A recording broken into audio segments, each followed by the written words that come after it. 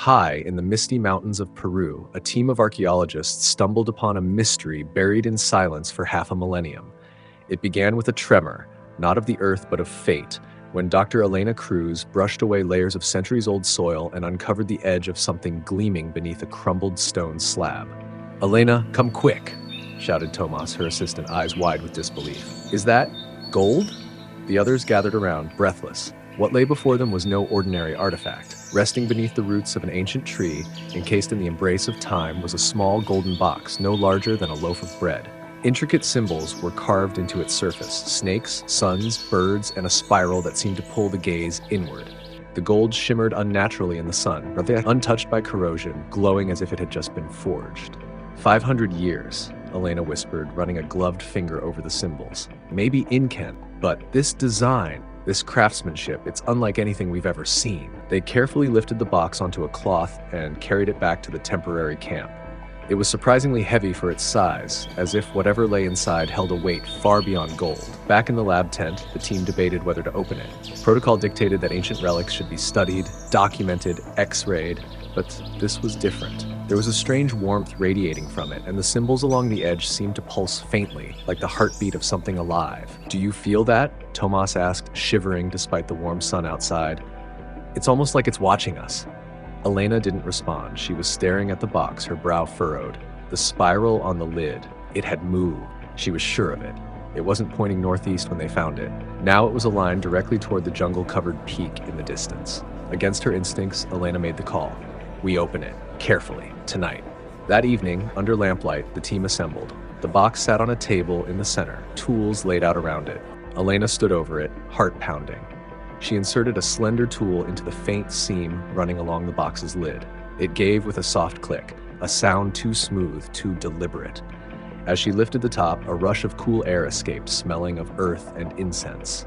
Inside lay a rolled scroll of ancient parchment, perfectly preserved, sitting atop a small crystal orb glowing faintly blue. But even more striking was the base of the box. It was lined with solid gold dust, and at its center, embedded deep, was a key made of an unfamiliar metal, etched with the same spiral symbol.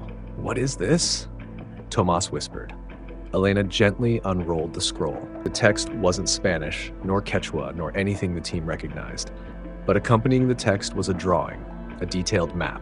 It showed the mountain they were on, and a hidden temple far above their current camp.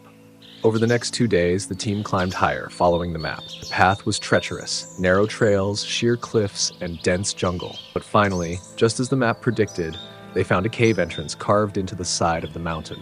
Its mouth was covered in moss, but clearly artificial. Above the entrance, the same spiral symbol had been etched into the stone, this time surrounded by eyes. Watching eyes. Inside, they found themselves in a narrow tunnel lit by cracks in the stone, allowing streaks of sunlight to filter in.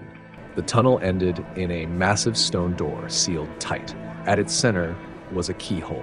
Elena took the strange key from the box and, with trembling hands, slid it into the slot. It fit perfectly. The door rumbled and slowly opened. What they saw took their breath away.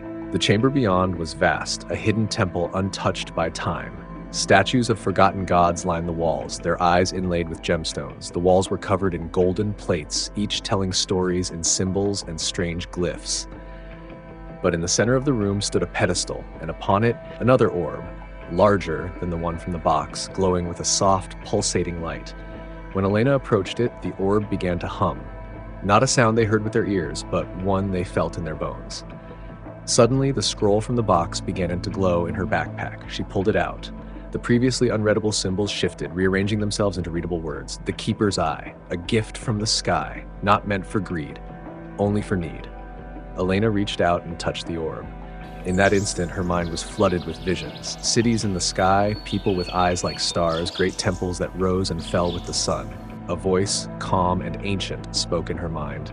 "You have found what was hidden, but beware, gold tempts men, power ruins kings, what you awaken cannot be undone." She gasped, stumbling back. The team decided to leave the temple undisturbed, for now. They resealed the door and marked the location by sending word to the international archaeological community. The golden box, scroll, and small orb were sent to a secure museum in Lima, where they remain locked in a special vault. To this day, debates rage among scholars. Was it truly Incan? Was it alien? Was it a message from a forgotten civilization? No one knows for sure. But Elena knows what she saw, and sometimes, late at night, she dreams of the spiral. It calls to her still.